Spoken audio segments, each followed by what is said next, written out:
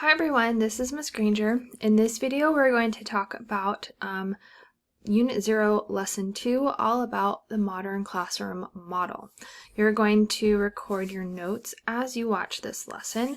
Please pause as needed to fill in any blanks or complete any activities. Let's get started.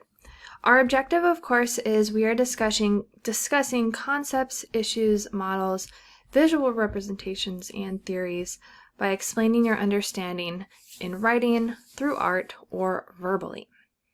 So let's talk about what a modern classroom is in this part 1, where we're learning and taking notes. Remember that as you listen to me describe this model, you're going to be filling in the blanks here. You can either do this as you're listening, if you can keep up, or after each word or each sentence, you can pause and fill in the blanks. Remember, if you miss a word, that's okay. Just go back, listen again, and then fill it in. In this part, I'm going to be describing and reading this information, but I'm going to be showing you some images as I'm talking. So I'm not going to be showing you the word. In fact, I'm going to be showing you some pictures and some visuals to practice this skill of note-taking while also listening. So let's talk about what is a modern classroom. A modern classroom is a classroom environment where every student is challenged and supported through self-paced and mastery-based learning. Students work both individually and collaboratively with each other and their teacher during class time, using technology and social interaction to develop deeper content mastery and greater self-worth. Instead of a teacher lecturing and students passively taking notes at the teacher's pace, students learn content or information at their own pace and demonstrate mastery when they have actually learned the information. The teacher facilitates and supports student growth by interacting with students where they are at academically and emotionally. The three main aspects of the learning model are blended learning, self-paced instruction, and mastery-based grading. Let's learn more about these in these notes below. First, let's learn about blended learning. What does this mean? It means that students learn information through teacher-made videos, rewatching as needed. So teachers are actually making the videos for you. They're not just finding some video off the internet and saying, hey, watch this. They're making it tailored specifically for you and your classmates. Teachers work with all students in class wherever they are at with a lesson, checking for understanding frequently. Many times in class, we have teachers who call on the kids who always raise their hand. But in this model, teachers are always roaming around the room and get to check in with each and every student as many times as needed and really have a personal connection with each student. Under this note, you're going to see benefits and challenges with a bullet point.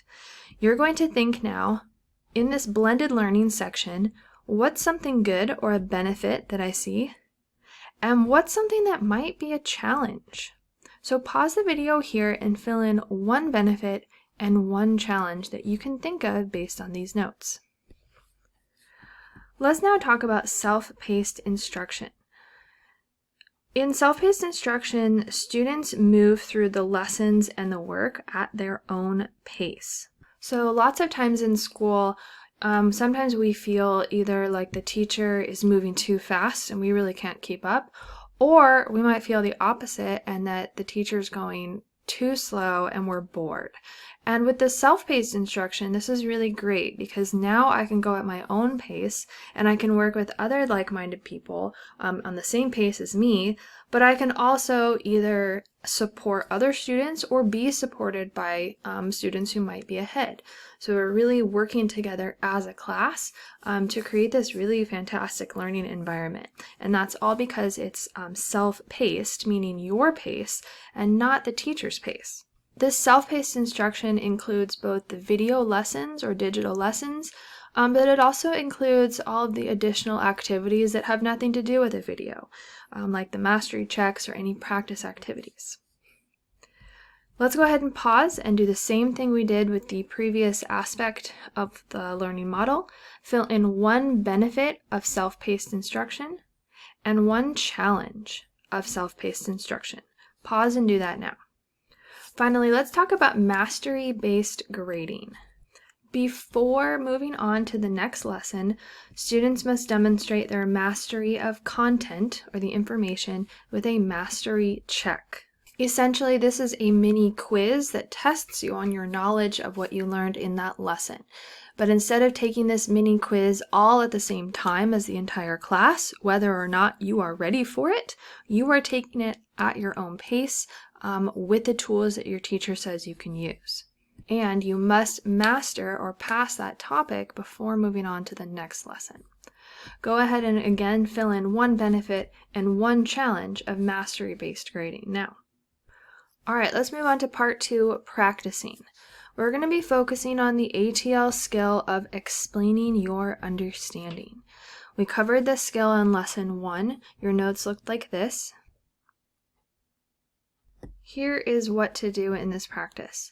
You will briefly explain your understanding of the self-paced aspect of the modern classroom model. Decide if you will explain this understanding in writing, artistically, or verbally. If you choose verbally, write a script of how you would describe this aspect. So in this section here, tell me about self-paced instruction in the modern classroom model. Choose just one of the ways to explain: written, artistic, or verbal. Pause and complete this practice activity now. Finally, part 3 will be your mastery check. It will be just like the practice activity, but instead of focusing on the self-paced instruction, you're going to focus on the mastery-based grading aspect of the model. So explain, you choose an explanation method, written, artistic, or verbal. If you choose verbal, you're going to write a script, how you would describe it, and then arrange to present that to your teacher. So describe that mastery-based grading aspect in this space here. Remember to check out the bottom of the paper for the kind of mini rubric for how your teacher will grade you out of 8. Good luck, and ask your teacher if you have any questions.